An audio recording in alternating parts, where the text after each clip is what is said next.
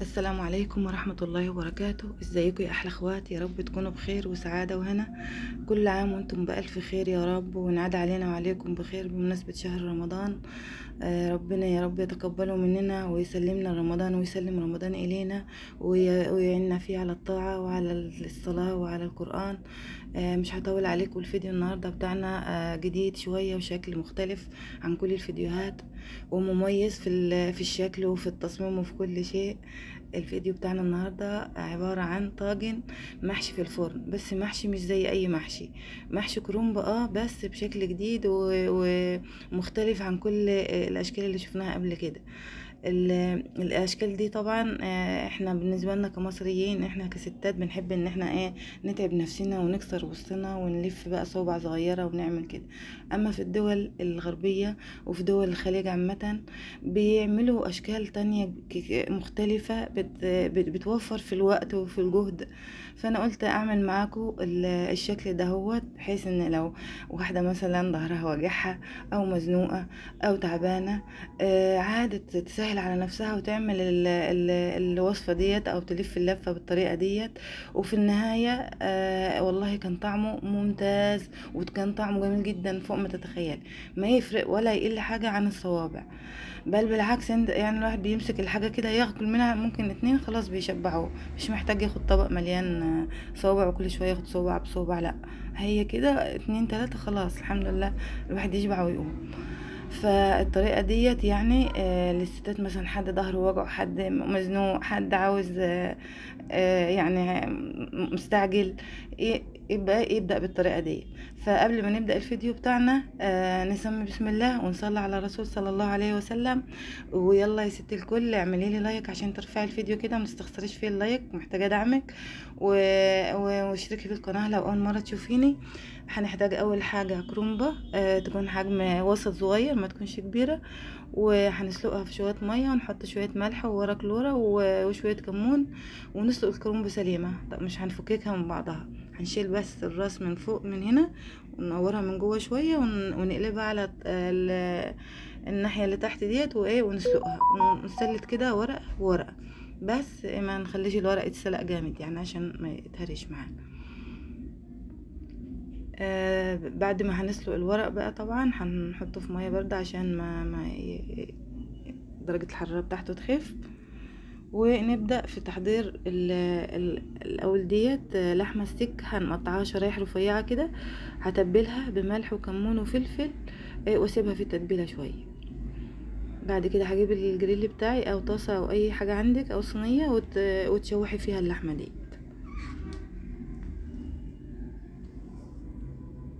بعد ما هنشوحها كده هنقلبها، يعني هتاخد لون بس معانا، مش هنسيبها تستوي كامل سوا كامل، بس عندها صدمة كده ولون اصفر، ونقلبها ونسيبها ونركنها على جنب. بعد كده بنحضر الصينيه بتاعتنا. انا بحب اعمله في صينيه في الفرن، ده بيبقى افضل محشي بالنسبه لي. بفرش في الارضيه بتاعه الصينيه بصل شرايح، يعني بصل وطماطم، كزبره خضراء، كل حاجه، بطاطس، كل حاجه عندك ممكن تحطيها في ارضيه الصينيه بتاعتك او الحله اللي انت هتعملي فيها او الطاجن. بغسل كميه الرز المطلوبه على حسب عدد افراد الاسره، وبصفيه من المية كويس. بضيف له طبعا كزبرة مفرومة، بحب اكتر من الكزبرة كويس قوي، كتير يعني.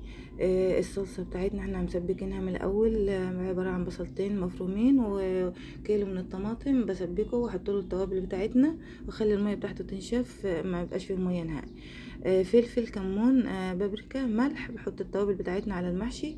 وطبعا انا بحط الكزبره بعد ما بحطهاش والصلصه سخنه، يعني عشان تفضل محتفظه باللون الاخضر بتاعها دهوت وما لونها ما يتغيرش. ببدا بقى ارص اللحمه في الطاجن اللي انا هعمل فيه المحشي، ارصها كده تحت المحشي. بجيب بوله صغننه عندي اللي هي بتاعه الشوربه ديت، بشيل الراس بتاعه الورقه واسيب الورقه سليمه زي ما هي، زي ما احنا شايفين كده. واخد معلقه افرش الورقه، احطها في قلب البوله، واحط المعلقه معلقه او حسب الكميه اللي انت عايزاها، بس يفضل ان تكون وسط يعني.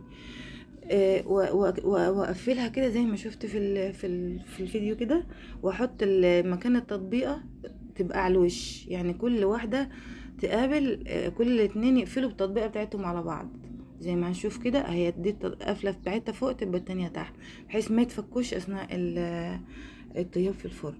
احنا بنحطهم في الفرن يعني. كل ما هنقفل الورقة كويس، كل ما هتكون الورقة محكمة مش هيطلع منها رز.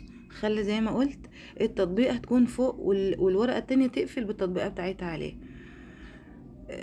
المحشي بالشكل ده ما شاء الله لا قوة الا بالله، ما خدش معانا يعني ربع ساعة كنا مخلصين صينية المحشي دي. فاحنا ما نسهل على نفسنا شوية وما نعذبش نفسنا في النهاية، يعني هو كله هينزل ايه مفروض. بس بسرعة اوي خلصنا، ومعانا شوربة اهيت مكان اللحمة. هنحط بقى الشوربة بتاعتنا في نغطي المحشي لحد ما تبقى يعني يدوب ظهر الورق مش متغطي بالشوربة، لان في فراغات كتير مش مرصوص كتير، والصينيه مليانه او الطاجن مليان زي ما بيبقى في الصوابع، في فراغات كتير. فاحنا نخلي بالنا من النقطه ديت ومنكترش الشوربه كتير، يعني وش الطاجن ما يبقاش متغطي بالشوربه، لان هو كمان هيكون نارس.